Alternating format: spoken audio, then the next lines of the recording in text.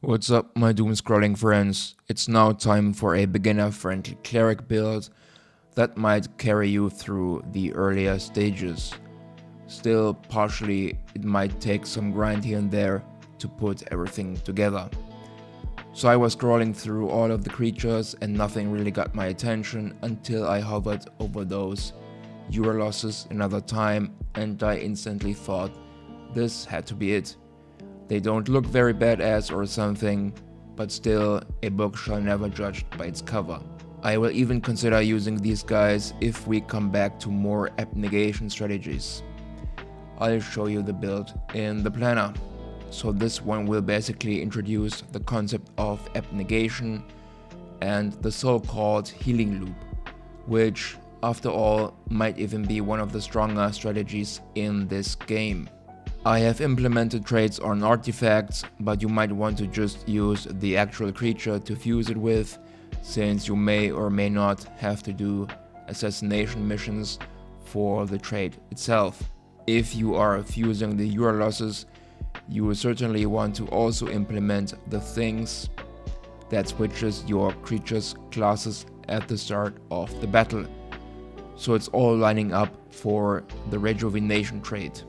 So abnegation is certainly one of the strongest traits in the entire game, and in this case, two traits are interacting with this, both at the start of your creature's turns. However, the team building itself makes it so that almost every action you do will give you some stat gainings or deal some damage. Attacking will increase attack, of course, manually spellcasting some intelligence, defending and provoking will increase the speed stat, receiving damage and getting healed will increase defense, and also attacking on your side will deal some damage to multiple targets via Screeching Barrage. And with the Master of Euro losses, you also have a 50% chance to negate incoming indirect damage, which is arguably the worst type of damage. So overall, this one is really sturdy, heals itself up, and gets stronger over time. Still a lot of unused potential, so you might want to adapt against those nether bosses or false gods later on. So in context of anointments, this time it's basically nothing because you don't have these early on.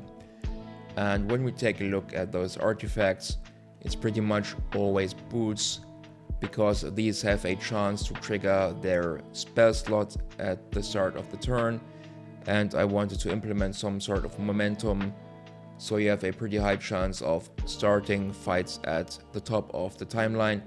As a result, you heal early, as a result, you deal damage early on, which might kill enemies pretty quickly.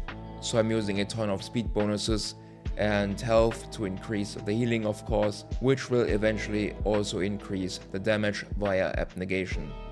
In the spell slot, it's basically always Dark Seraphim, which heals the target for 100% health, which of course deals a pretty high amount of damage to enemies, and you will also gain some stats in addition.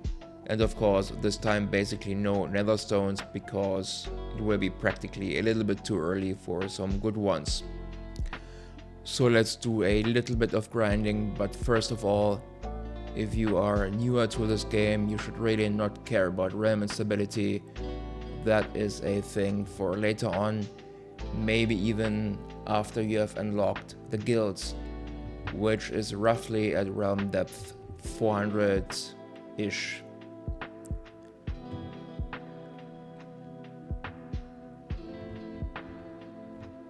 It's much more important that you go deeper and also read all the traits, learn the game, and do not care about those realm instability and item bonuses.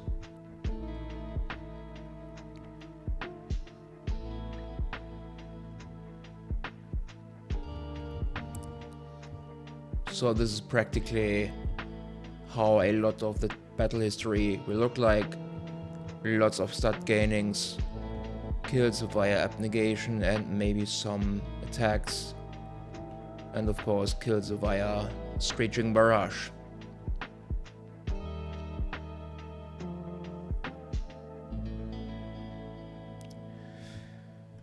So it might be possible to do realm stability 5, but I have tested it a little bit, and since most of this is fairly unoptimized, it was a little bit wonky.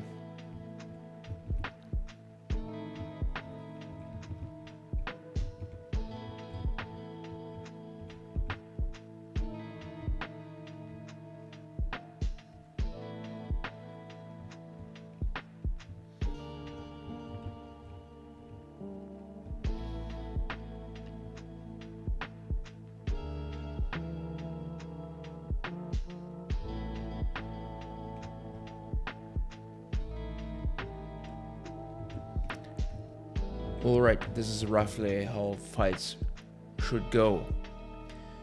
Now, if you want to optimize this one more, go mainly for healing stuff, of course, and you might also want to go for reviving stuff. Mainly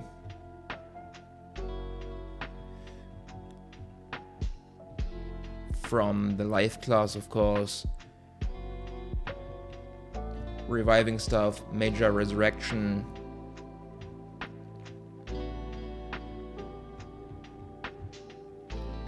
Major healing, minor resurrection, stuff like that.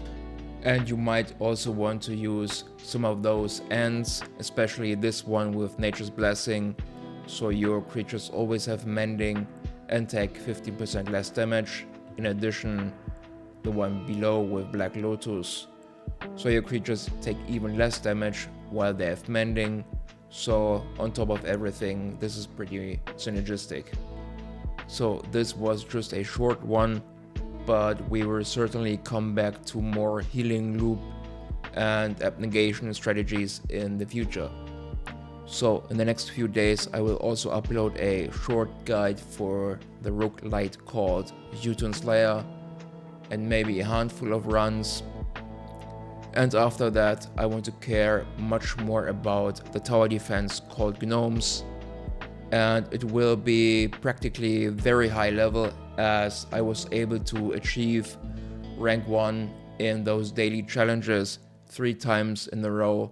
Still, I haven't decided if I want to show shorter runs or if I really want to work on a really big fat video that goes pretty long but is more or less higher quality.